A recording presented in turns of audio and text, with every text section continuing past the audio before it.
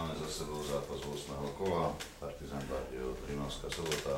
Poprosím o krátke zhodnotenie najprv hostia, pán Gerik, nech sa páči. Tak sme rádi, že sme uchmatli Bardejov bod, snažili sme sa pripraviť na domácich čo najlepšie.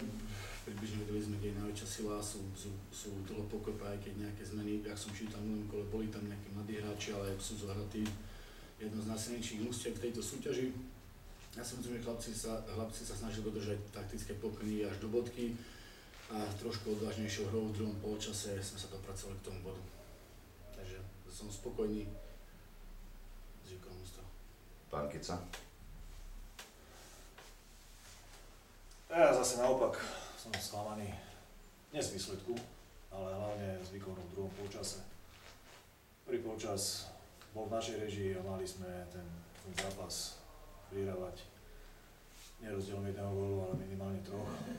Také šance, aké mal tam v úvode Filip Gáňon, to tie sa musia premieňať a aj keď ten náš výkon v prvom polčase, hlavne čo sa týka nejakého pohybu, bol slabý, napriek tomu sme viedli, do druhého polčasu sme išli s vedomím tým, že ten pohyb zlepšíme, že budeme agresívnejší, že pôjdeme za tým víťazstvom viac, no bohužiaľ postupne sme odchádzali a nechávali sme priestor superovi, ktorý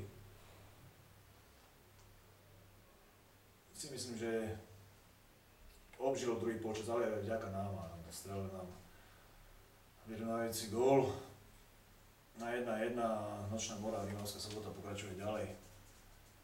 Ale tá penálta, o tej penálte sa vyjadrovať nebudem, nedal to ako ten zápas nebol o tej penálte, ale ten zápas mal skončiť iným spôsobom a výsledok si myslím, že za tento výkon dnes sme si 3 body nezaslúžili. Máte otázky, kolegovia? Ďakujem pekne.